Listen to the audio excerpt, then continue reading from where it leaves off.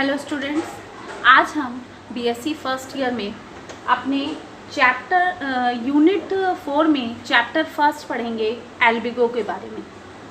तो देखिए, एल्बिगो में सबसे पहले हम देखेंगे उसके सिस्टमैटिक पोजीशन को कि उसका सिस्टमैटिक पोजीशन क्या है।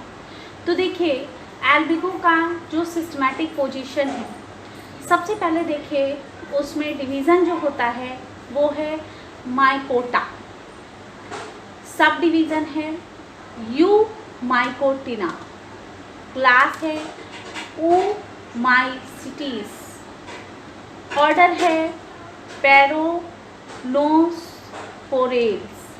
फैमिली है एल्बिगोनेसी और जीनस है एल्बिगो। तो ये था हमारा एल्बिगो का सिस्टमैटिक पोजीशन जो हमने आपको बताया। अब हम देखेंगे एल्बिगो के हैबिटेट्स के बारे में, यानी उसका स्वभाव और उसका आवास कैसा होता है। देखिए, सबसे पहले आप देखिए कि जो एल्बिगो होता है वो एक कंप्लीट ऑब्लिगेट पैरासाइट फंजाई होता है, यानी एल्बिगो एक पूर्ण परजीवी कवक होता है।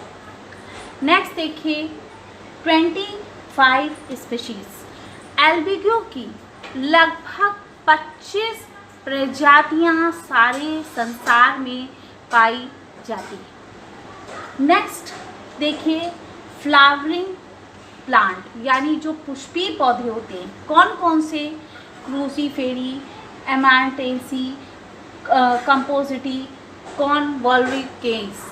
तो देखिए, जो भी हमारे यह पुष्पीय पौधे होते हैं उसके विभिन्न कुल यानी विभिन्न फैमिलीज हमने आपको बताई कौन कौन सी, क्रूसीफेरी हैं, एमेरेंटेसी है। तो ये जो हमारी जो है पुष्पीय पौधों के जो विभिन्न कुल होते हैं, विभिन्न फैमिली होती हैं, उन कुल के सदस्यों पर ये एल्बिगो अपने जीवन चक्र को पूरा करते हैं। नेक्स्ट देखिए है वाइट रस्ट डिसीज़, यानी देखिए क्या होता है, मैंने आपको बताया जो पुष्पीय पौधे होते हैं उनमें उनकी फैमिलियों में ये अपने लाइफ साइकिल यानी जीवन चक्र को पूरा करते हैं। अब देखिए, इसी प्रकार अगर हम एल्बिगो में देखें आइपोमी पांडुरेमी, अगर हम इसकी बात करें तो इस पर अपना जीवन चक्र पूरा करते हैं।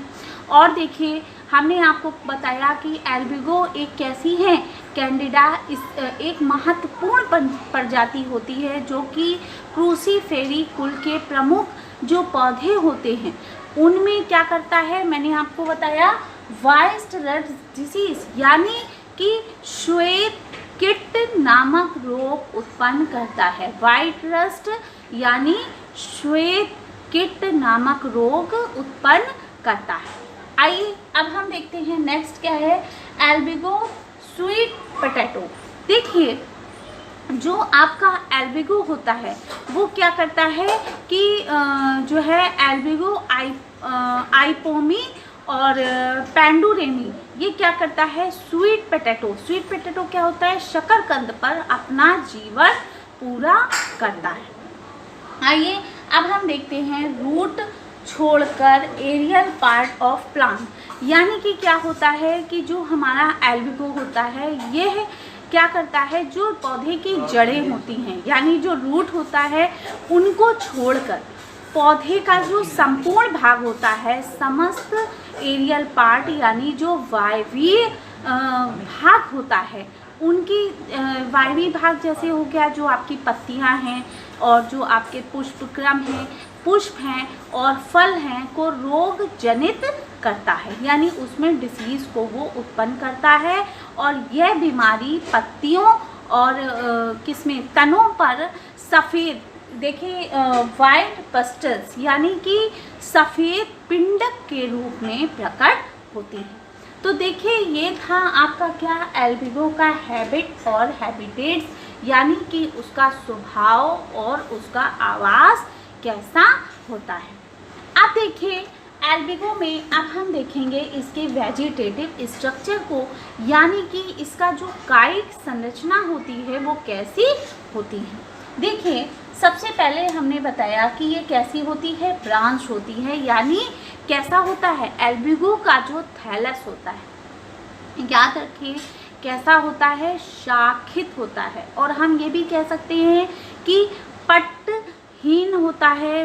और माइसीलियम, देखिए लिखा है माइसीलियम, यानी कि जो माइसीलियम यानी कि कवक जाल के रूप में होता है। और कवक जाल कैसी होती है, कवक जाल की जो भित्ति होती है यानी माइसीलियम की जो वॉल होती है ये काइटिन से बनी हुई होती है।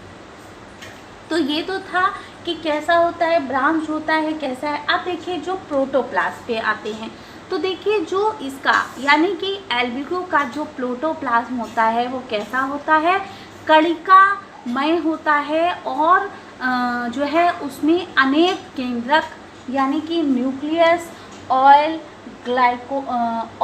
ग्लाइकोजन ग्लोब्यूल्स, यानी कि उसमें अनेक केंद्रक, रिक्तिकाएं, तेल और ग्लाइकोजन ग्लोब्यूल पाई जाती है।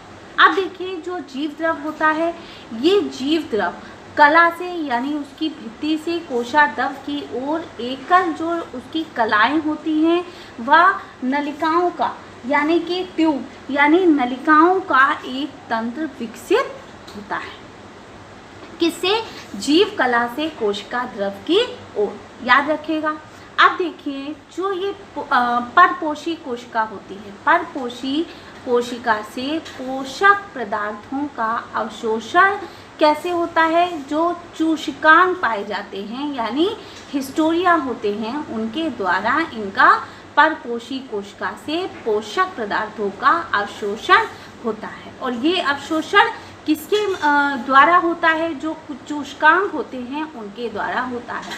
और ये चूषकांग कैसे होते हैं, शीर्ष पर यानी जो उसका हेड पार्ट होता है, शीर्ष व ग्रीवा यानी नेक, ग्रीवा के समान जो उसका स्टॉक होता है, जो व्रंत होता है, व्रंत में विभेदित रहता है। और चूषकांग यानी कि जो उसके हिस्टोरिया होते हैं, जो चूषकांग होते हैं उसके शीर्ष भाग में संघन यानी संघनित रूप से क्या होता है, कोशिका द्रव, माइटोकॉन्ड्रिया, राइबोसोम आदि पाए जाते हैं और इसमें केंद्रक का अभाव होता है। तो देखिए ये हमने आपको बताया एल्बिगो के बारे में, जिसमें एल्बिगो में हमने आपको उसके सिस्टमैटिक पोजीशन के बारे में बताया कि उसका डिवीज़न क्या है, उसका सब डिवीज़न क्या है, उसकी क्लास क्या है, उसका ऑर्डर क्या है, उसकी फैमिली क्या है और उसकी जीनस क्या है। हमने बात करी कि उसका हैबिट जो होता है यानी उसका जो स्वभाव होता है, आवास होता है, वो किस प्रकार का होता है और कितनी जातियाँ पूरे विश्व में एल्बिगो की पाई जाती हैं। तो याद रखिएगा एल्बिगो की सारे संसार में 25 प्रजातियाँ पूरी पाई जाती हैं। नेक्स्ट हमने आपको बताया कि ये जो पुष्पी पौधा होता है यानी जितने भी जो हमारे फ्लावरिंग प्लांट्स होते हैं, फ्लावरिंग प्लांट्स की जो हमारी फैमिलीज होती हैं, कुल होती हैं, उसमें ये क्या करता है, डिसीज़ को उत्पन्न करता है। कौन सी, श्वेत कीट यानी वाइट रस्ट डिसीज़ को ये उत्पन्न करता है। तो ये तो था हमारा हैबिट और हैबिटेट। उसके बाद हमने इसके वेजिटेटिव स्ट्रक्चर को जाना। वेजिटेटिव स्ट्रक्चर में मैंने आपको बताया ब्रांच होता है, माइसीलियम होता है, काइटिन और जो इसकी भित्ति होती है काइटिन से बनी होती है, जीव द्रव कणिका में होता है, उसमें केंद्रक होते हैं, रिक्तिकाएँ होती हैं, तेल होते हैं, ग्लाइकोजन ग्लोब्यूल पाई जाती है। तो ये सारा हमने आपको वेजिटेटिव स्ट्रक्चर में बताया।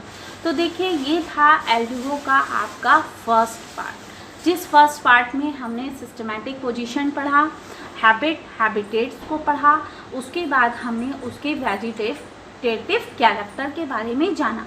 अब जो एल्बिगो का हम सेकंड पार्ट अपने नेक्स्ट टर्न में पढ़ेंगे, उसमें हम एल्बिगो के रिप्रोडक्शन को जानेंगे कि एल्बिगो का जो रिप्रोडक्शन होता है यानी उसका जो जनन होता है वो कितने प्रकार का होता है।